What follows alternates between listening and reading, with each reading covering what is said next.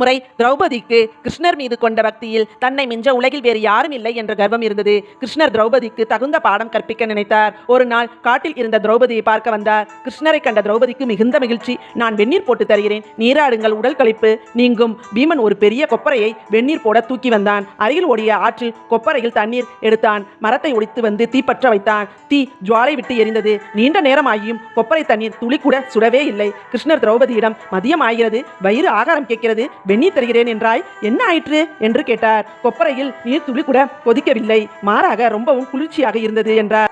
கிருஷ்ணர் பீமனிடம், பீமா, அந்த கொப்பரையில் உள்ள தண்ணீரை கீழே கொட்டு என்றார். பீமனும் கிருஷ்ணரின் ஆணைக்கு இணங்கி கொப்பரை நீரை கீழே கவிழ்த்தார். கொப்பரையில் உள் இருந்து ஒரு குட்டி தவளை தாவி ஓடியது. அந்த தவளை சுடுநீரில் சிக்கி மாண்டு விடாமல் இருக்க என்னை பிரார்த்தித்துக் கொண்டே இருந்தது. பிரார்த்தனையை ஏற்று அதை காப்பாற்றவே கொப்பரை நீரை குளிர்ச்சியாக இருக்க செய்தேன். ஒரு குட்டி தவளையின் சரணாகதி பிரார்த்தனை கூட எனக்கு எவ்வளவு பெரிதாக இருந்தது பார்த்தாயா?